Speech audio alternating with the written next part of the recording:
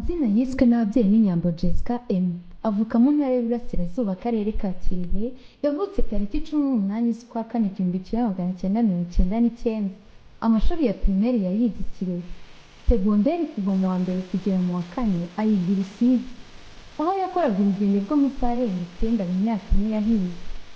Yavuye i Rusizi ajya kwiga Kayonza Modern, aho yizeye imyaka ibiri avuga ko yamugaye cyane bitewe n'uko yarogwaga cyane bigatuma arwaragurika. Ngo yabaga ari imbere ari gusobanurira abandi bikarangira yabaye ikiragi. Iyo byamufataga yaratangaga bakamusengera, yamara igihe kinini mu rugo cyangwa se yaba ari mu rugo agahita akira, kuko byangaga ko yabaga ari ku ishuri. Abamurogaga mbese ntibifuzaga ko yajya kwiga. Yatangiye gukina filime mu mwaka w'2021 nyuma y'uko Covid itangiye kugeza ubu. Umuntu wa mbere wamubwiye ko ashobora gukina filime ni Mutoni Asi, aho yamubonye n'impano y'umubyirinda byo gukina. Urugendo rwe rutangira rute?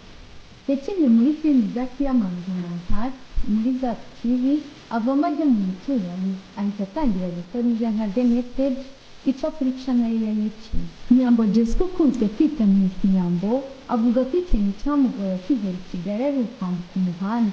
Avuga ko byari ikibazo ku buryo yacungaga umuntu yambutse agahita amukurikira.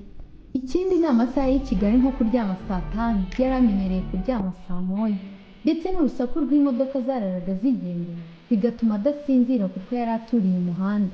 Uyu Nyambo Jessica ni uko nta tatuwaje afite ku mubiri we. Ikindi kandi akaba nta maherena yigeze yambara, cyane ko yumva atanabyishyira. Avuga ko rero yose wamuha gukina yayishobora, ukuyemo gukina uvugira hejuru cyangwa se akonganya, kuko ubusanzwe ijwi rye riri hasi kandi ryerekana n'urutuzo. Ifata imyanzuro yo gukina igikombe cy'umukinnyi wa filime w'umwaka Best Actress of the Year abikesha ibikorwa bye amaze gukora. Yari ahatanye n'abarimo Bahab Janet gutegura filime Impanga n'izindi, Inyindahisha n'abandi. Nyambo yarishimiye kuba yaregukanye iki gikombe cye bwa mbere mu rugendo rwe rwa sinema. Uyu mukobwa ahurira muri filime n'abarimo Kiraman, aramushimira ndetse ashimira na Mugisha Emmanuel Clapton Kibonke wamufashije. Avuga ko iki gikombe yegukanye cyamuteye imbaraga, anizeza abakunzi be bamukurikirana ko agiye kurushaho gukora cyane, kandi ko abizeza ko bazakora ibyo azabagezaho. Miss Nyambo akunda kuragira ndetse no gupikira inka, kurya ibijumba, ibitoki. Ikindi kandi ari umunyeshuri ntiyageze abura ku rupapuro rw'abasakuje, kuko yakubitwaga buri munsi inkoni z'abasakuje. Yakuze yumva azaba umukinnyi wa football, birangira agiye muri handball, dore ko yabikoraga neza kuko yakinishaga imoso. Inkuru y'urukundo ya Nyambo Jessica izwi cyane muri sinema ngo ni uko yaguye ku mukunzi waryamanye n'undi mukobwa, ndetse uwo mukobwa akaba yari inshuti ye magara kandi yaramwizeraga cyane.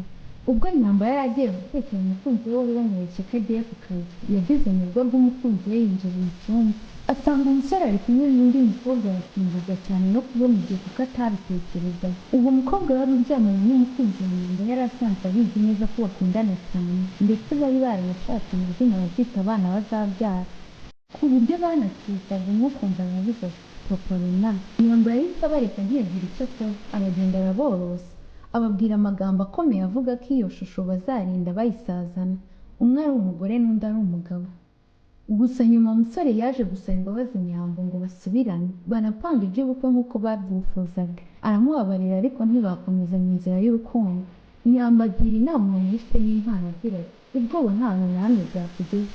Nicyo kintu cyica abantu, guhora wumva ko nta kintu ushoboye.